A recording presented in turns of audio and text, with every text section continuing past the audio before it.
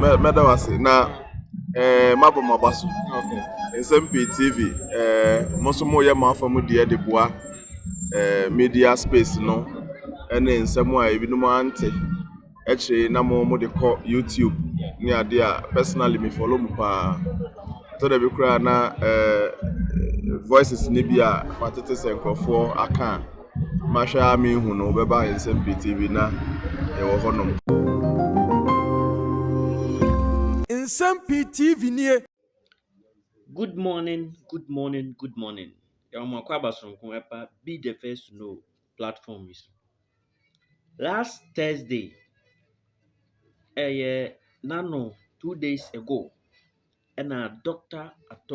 Forson, Finance Minister, Eco Parliament, Eco ready the budget for 2026. And omode aye self-elation. And then the NDC for yo. And then Dr.George Domfeh, a clash Dr. Forson live on TV3. And I say, you back in 2017. Abra NPP taking over power from NDC, not NDC, at the Ghana called IMF.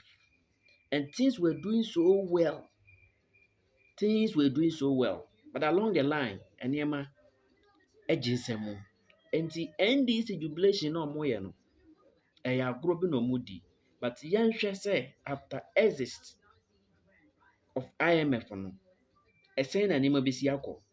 If Forson is able to maintain his so-called fiscal discipline, his so-called financial policies here and there na, ho na ebetimi agba na baso na sesi ade, omunya dede na omuya no yanko tie no. Talking about Doc, you had held the view that this progress we are seeing had nothing to do with Dr. Forson. You still hold that position?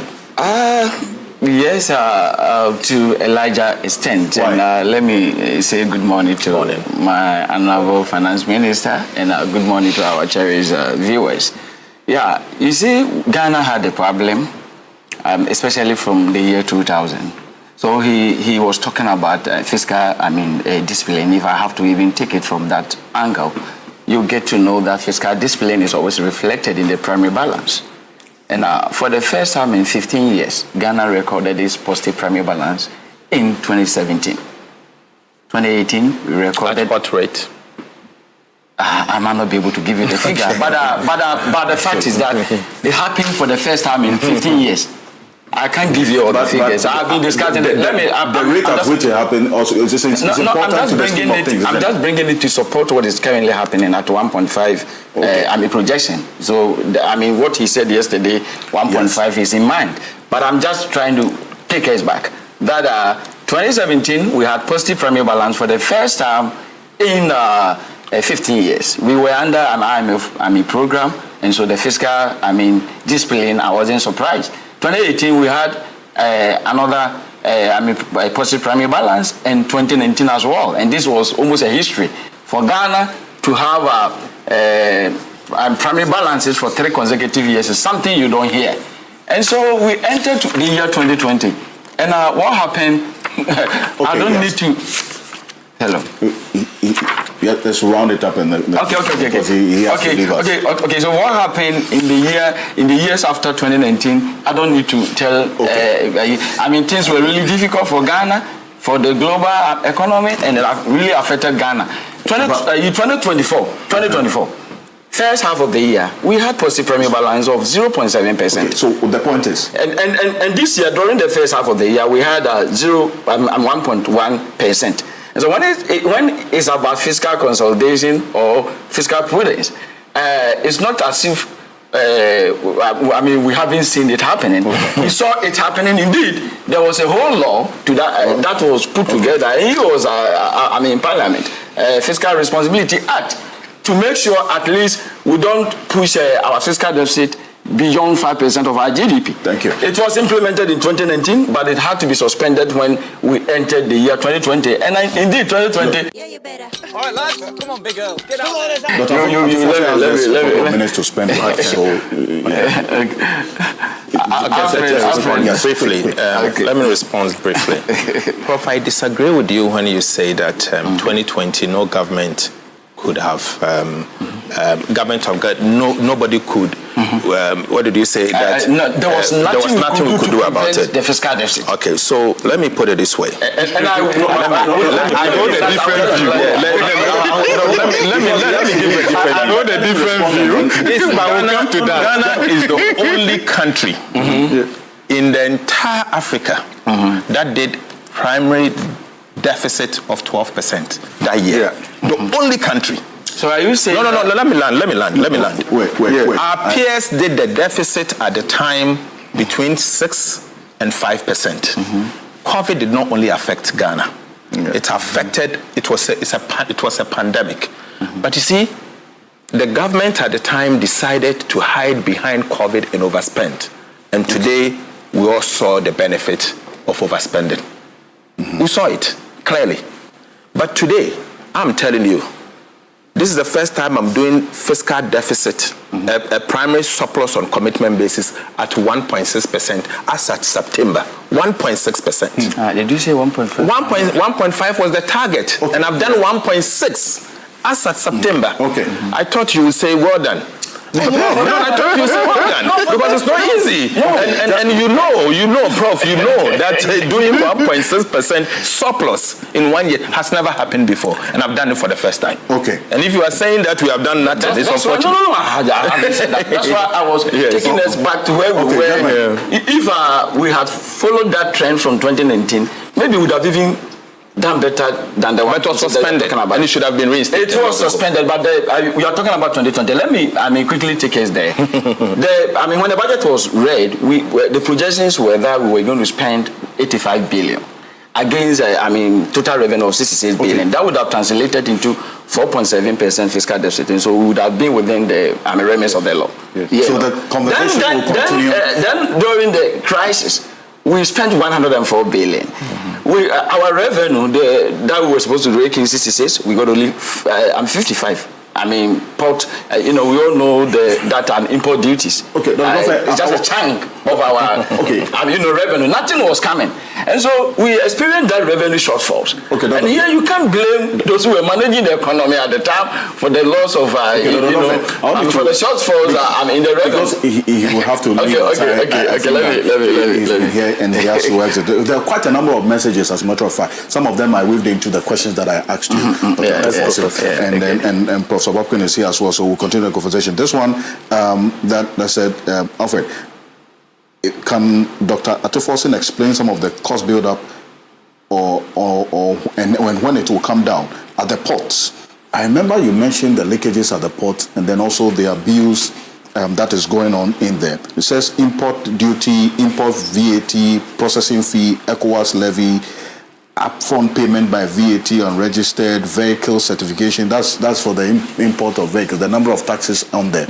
Is it one that you are looking at? Okay, I thought you allow Professor Bokpin to speak, that I can sum it up since I have to go.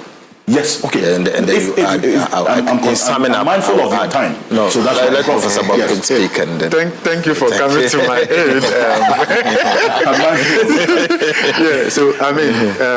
I think government deserves a commendation for where we are. The steep fiscal consolidation, of course, it comes at a cost. We would analyze the cost. It's just like taking a pill that has a side effect and all of that. And let me also say that 2017, 2018 primary surplus, you spoke about simply because we did not adopt a consolidated approach. We had the energy sector and the financial sector cleanup that were treated below the line, and all of that, which allowed us to meet the IMF thresholds and the rest of them. And even when we passed the Fiscal Responsibility Act, that capped a fiscal deficit at 5%. We're doing more than 5% if we had consolidated the energy sector and the financial sector cleanup. If you consolidate that, we're doing around 7.1%, 7.2%, and all of that. So the accounting treatment and all of that would have accounted for this. But I think that we have sufficient data to learn from our own history. And I believe that government has responded quite well in terms of the fiscal consolidation and then now we need to cut growth going forward. I've seen the steps in the budget and the rest of them, and I think that yes, we've paid a higher price. Here is not time to vindicate ourselves. It reminds me of what happened towards the middle of 2019 when we were exiting the IMF program. We had a forum at Imani, and we made our recommendations and all of that. Honorable Minister, since you are here, you have the option to set a new marking scheme, which posterity will use to judge subsequent government in terms of how we can ensure fiscal discipline whilst we pursue growth post-IMF program. Okay.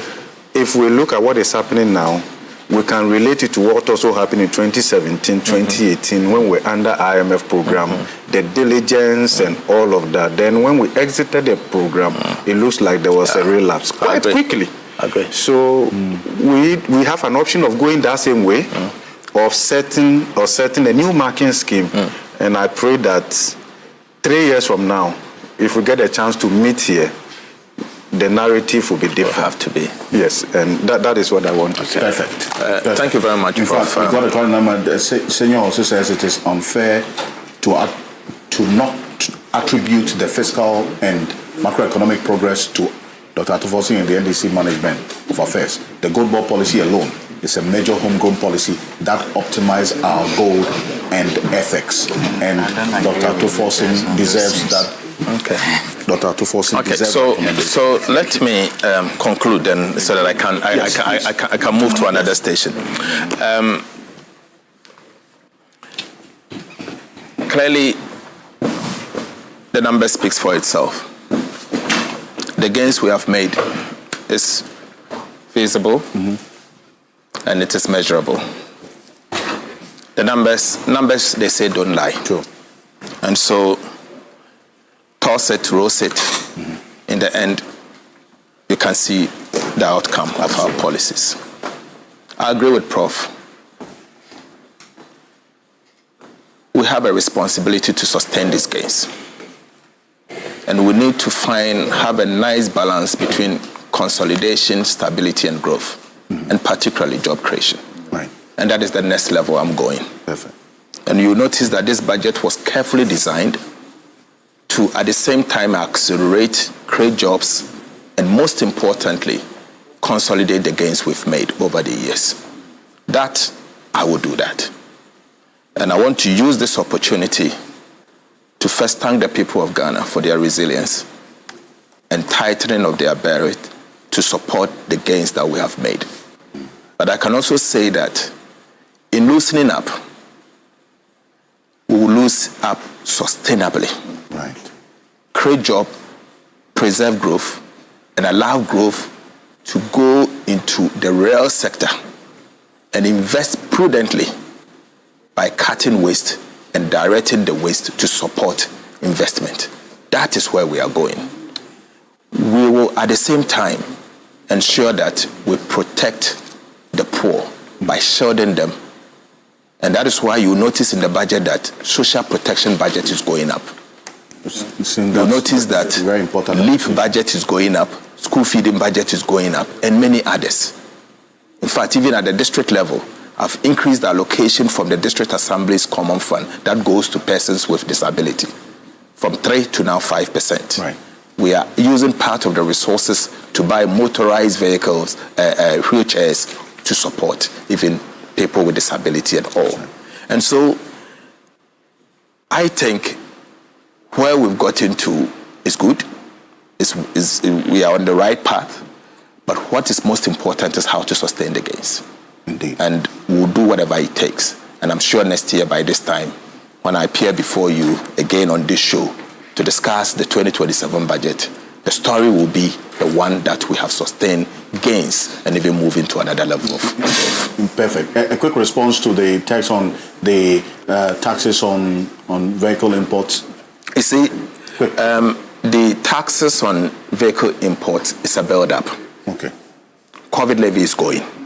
In fact, I think Sunday the Finance Committee will meet and we'll discuss it, we'll take it to Parliament, and when Parliament approves and get assented, COVID will be gone.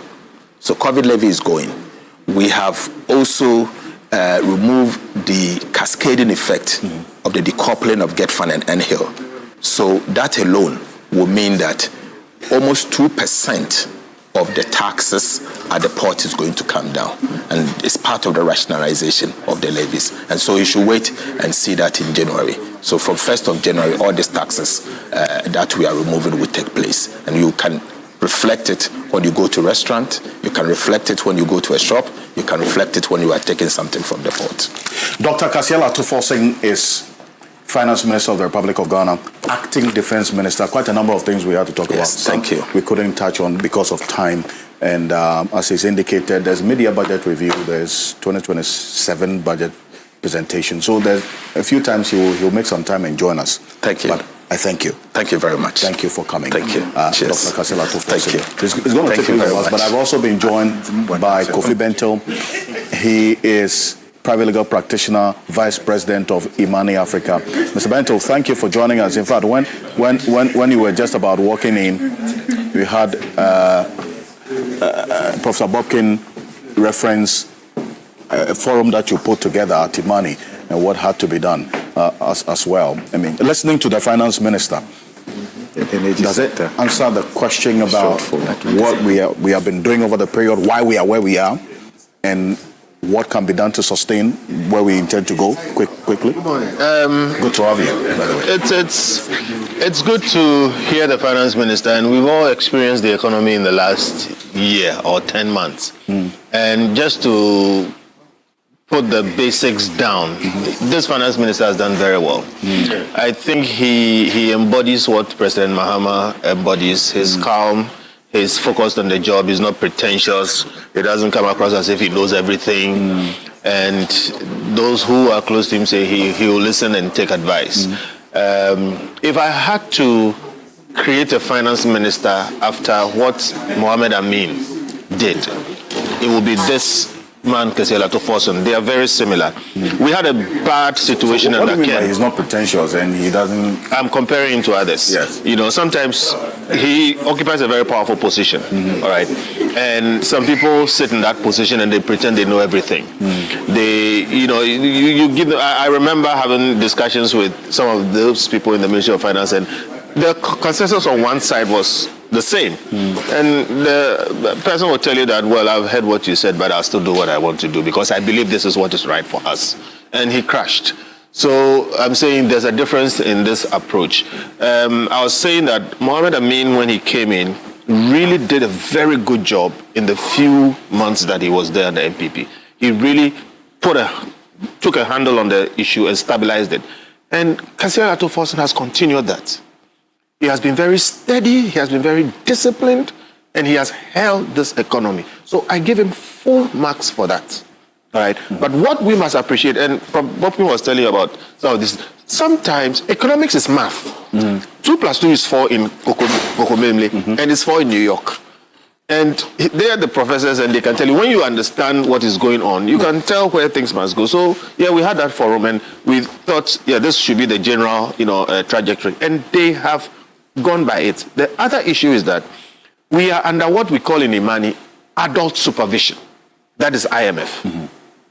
17 times, and every time we have been under IMF, we have conducted ourselves well. All right. So I commend him for being a good shepherd. But the best sailors are those who can manage the ship in the storm when nobody else is helping them. What I mean is, when the IMF is gone, when you have to deal with the political pressures and everything coming, that is where we will know the stuff he's made of. Every cycle is such that the year after election is consolidation. In fact, 2 years after election, we keep things calm. From the third and then the final 4th year, where the elections kick in, you have a situation where then the spending goes haywire. Indeed. As we speak, Bob was telling you about the price we have had to pay. The price we've paid in this economy is that there is little spending, there's a lot of discipline, there's consolidation and mopping up, okay, and everybody is, making sure that we are not wasting things here and there. So I'm saying we can't ask for better. They have done a very good job. Kasiel Forson is the right man for the job. But we are looking forward to him